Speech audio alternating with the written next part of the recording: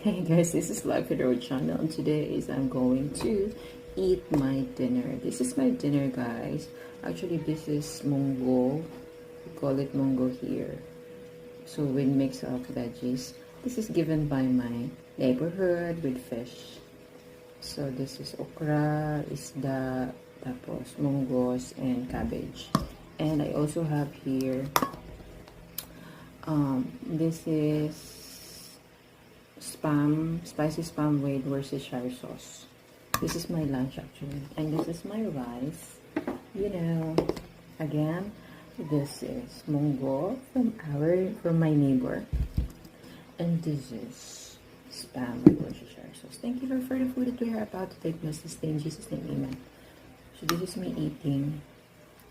So I'm so blessed with my neighborhood kasi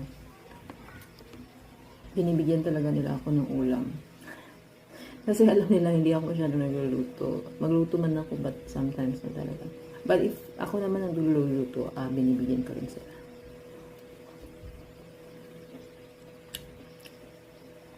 But I'm so blessed sa kanila talaga.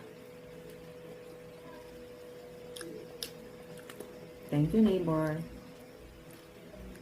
You know, it's very important na maging mabuti yung yung treatment natin sa mga neighborhood natin kasi pag maganda yung treatment mo sa kanila, i-treat ka rin nila ng maayos. Like this one.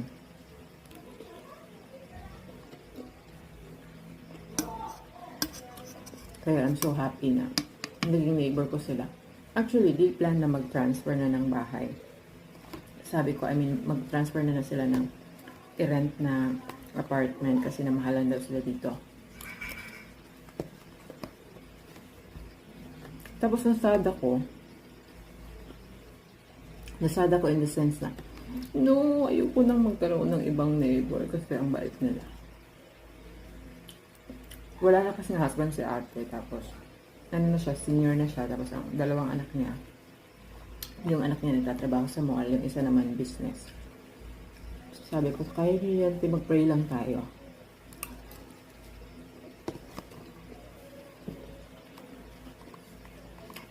Alam niyo, kung saan ako nakatira ngayon, parang pinadala din ako talaga ni Lord dito. Kasi ito sila ate. Near province. Kaya nakarelate kami. Meron kami mga common friends or common people na that I know. So,